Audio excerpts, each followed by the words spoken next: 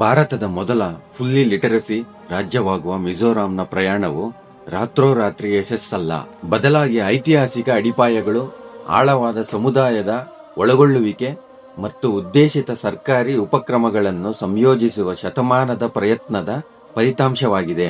ಮಿಜೋರಾಂನ literacy rate 98.2% ಏರಿದ್ದು, ಸಮುದಾಯ ಚಾಲಿತ ಉಪಕ್ರಮಗಳು, ಸ್ವಯಂ ಸೇವೆ ಮತ್ತು ಉಲ್ಲಾಸ್ನಂತಹ ಸರ್ಕಾರಿ ಕಾರ್ಯಕ್ರಮಗಳ ಪ್ರಬಲ ಸಂಯೋಜನೆಯಿಂದ ಬಂದಿದೆ.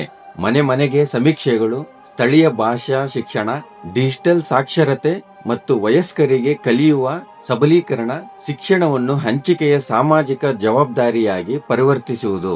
ಲಿಟರಸಿ ರೇಟ್ ಸುಮಾರು 97.3% ನೊಂದಿಗೆ ಎರಡನೇ ಸ್ಥಾನದಲ್ಲಿ ಲಕ್ಷದ್ವೀಪ ಮತ್ತು ಲಿಟರಸಿ ರೇಟ್ ಸುಮಾರು 95.3% ನೊಂದಿಗೆ ಮೂರನೇ ಸ್ಥಾನದಲ್ಲಿ ಕೇರಳ ಇದೆ. ನಮ್ಮ ಕರ್ನಾಟಕವು ಪ್ರಸ್ತುತ 82.7% ಲಿಟರಸಿ ನೊಂದಿಗೆ 15ನೇ ಸ್ಥಾನದಲ್ಲಿದೆ. ಇದು ದಕ್ಷಿಣ ಭಾರತದಲ್ಲಿ ಮೂರನೇ ಸ್ಥಾನ.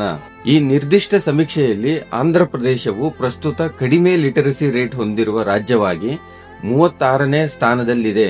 2011ರ ಜನಗಣತಿಯಲ್ಲಿ 35ನೇ ಸ್ಥಾನದಲ್ಲಿದ್ದ ಬಿಹಾರಕ್ಕಿಂತ ಕೆಳಗಿದೆ.